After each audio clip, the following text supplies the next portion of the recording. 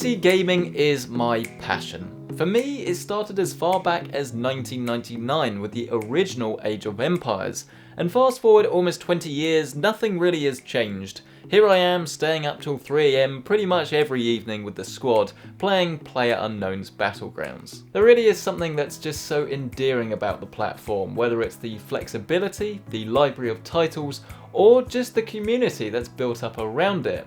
And I wanted to put together a new series that shows all of this off, and if you are interested in PC gaming, it will show you just how simple and quick and easy it can be to join the family. Now, it should go without saying that at the heart of PC gaming is the computer itself. And the thing that's so great here is that there are so many different options to choose from, with PCs to suit any space or colour scheme. The computer I have here is from CyberPower PC, and they were actually kind enough to sponsor this video.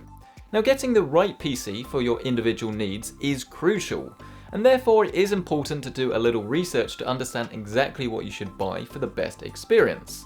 You can either gather individual components and put it together yourself, or you can get the system assembled from a company like CyberPower PC and then delivered straight to your door, and it is ready for gaming out of the box.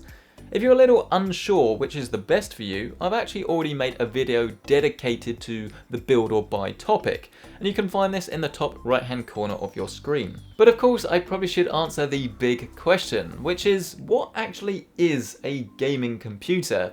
And this might seem quite obvious to keyboard veterans, but I remember thinking about getting a proper gaming PC and just feeling a little bit stumped. In actual fact though, it's really simple, and a modern day games console is more or less an identical bit of hardware to a gaming computer. In a nutshell, it's a PC that has been spec'd out to maximise on gaming performance. And the biggest difference between this computer and your average beige tower is the inclusion of a graphics card. And you can think of this as the gaming calculator, as it will take the games you install on your hard drive and then calculate exactly what should be displayed on your screen. The better looking the game, the more powerful your graphics card will need to be to smoothly display a steady stream of images. We call these frames, and we measure how smoothly a game runs in frames per second.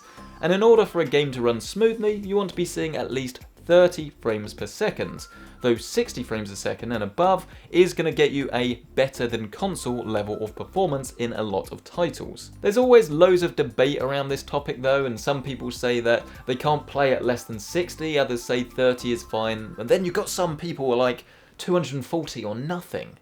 If you do want to learn a little bit more about this, then you can find my video that I've done in the top right hand corner that sort of debunks the myths and gives you my honest advice and feedback. So then, you need a computer with a decent graphics card, but what exactly is decent, and what else do you want in your computer?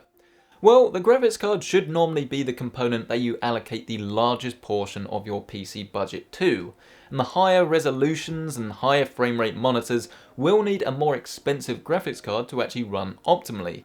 But you do also need to think about the other components in the system, most notably the processor, or CPU. It's the brain of the PC, and while the graphics card will calculate every pixel's colour, the CPU will handle the logic behind the game itself, and in essence it will actually tell the graphics card what it needs to do. In short, you need to make sure your processor is good enough to keep up with your graphics card, with most modern games needing a quad-core chip for smooth operation.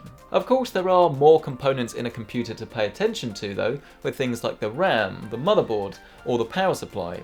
And I'll cover all of this in a later video, but if you are browsing pre-built systems, then the things you should really pay big attention to are the CPU and the graphics card. After you've decided exactly what it is you're after, you can then swap out the individual components to something else if you fancy. So if you've decided maybe on a i5 processor and then a GTX 1060 graphics card, if you're not a huge fan of the case, or you maybe want some different fans, then you can quickly alter the PC and then get a real-time update on costs. Hardware aside though, a question I always get asked is how you actually start gaming on a computer, what it is that you need to install and how it differs from a console.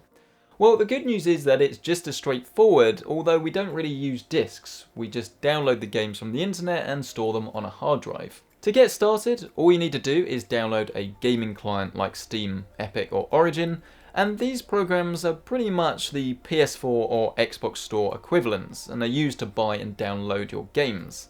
It is a tad annoying having to use multiple programs as different game publishers use different services, but all of them are completely free to use and don't require a monthly subscription fee. Most multiplayer games will also have built-in voice and text chat, but to talk to your friends and join a community, you'll probably want to download Discord, and you can think of this as party chat, as you can join your pals regardless of which game they're playing, but also share files, links and GIFs to your heart's content. And that is pretty much it.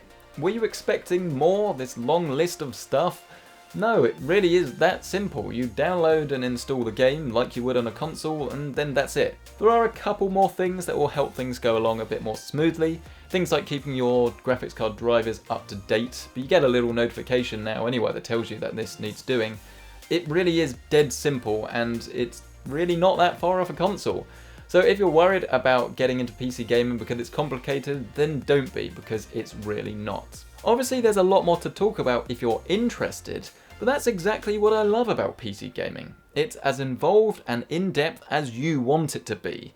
I'm currently planning future episodes of this series, so if there's something in particular you want to hear about, then let me know down in the comment section below. If you have enjoyed this video, then hit the like button as it lets others know it's a video worth watching. And if you want to learn about anything featured in this video at all, I'll leave it all in the description below, including a link to Cyberpower PC where you can check out their current deals and things like that. But I hope you've enjoyed it, and subscribe. Have I said that already? For more videos? Maybe subscribe if you want. Whatever. Thanks for watching. See you next time.